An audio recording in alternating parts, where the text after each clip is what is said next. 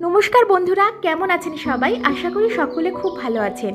বাগানে অ্যালোভেরা গাছের পাতা দিয়ে আমরা কেমন করে অর্কিডের যত্ন নিই সেটা একটু আপনাদের আজ দেখাই। অ্যালোভেরার পাতা ছুরি দিয়ে সাবধানে কেটে নিয়ে জেল বের করে নিলাম। এর আগে আমরা অ্যালোভেরার জেল অর্কিডের পাতায় লাগিয়েছিলাম। অর্কিডের পাতায় লাগানোর পর অ্যালোভেরার পাতাটা ফেলে না দিয়ে আবার কাজে লাগালাম। একটি মগ ভর্তি জলে ভালো করে পাতাগুলি কচলে নিলাম, যাতে পাতায় লেগে থাকা বাকি জেলটুকুও নষ্ট না হয়। এরপর হাত দিয়ে ভালো করে জলের সাথে অ্যালোভেরা জেলটি মিশিয়ে নিলাম। মেশানো হয়ে গেলে পাতাগুলি জল থেকে তুলে নিলাম।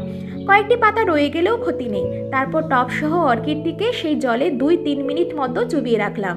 এই সামান্য প্রক্রিয়াতেই দেখা গেল দারুণ ফলাফল। অ্যালোভেরায় থাকা প্রাকৃতিক উপাদান শিকড়ের জন্য কিন্তু দারুণ পুষ্টিকর। এতে শিকড় আরও শক্ত ও সতেজ হয় এবং দ্রুত বৃদ্ধি পায়। দেখুন টব থেকে কেমন বেরিয়েও এসেছে। প্রকৃতির সহজ উপাদান দিয়েই কিন্তু অর্কিডের যত্ন সম্ভব, কোনো রকম কেমিক্যাল ছাড়াই।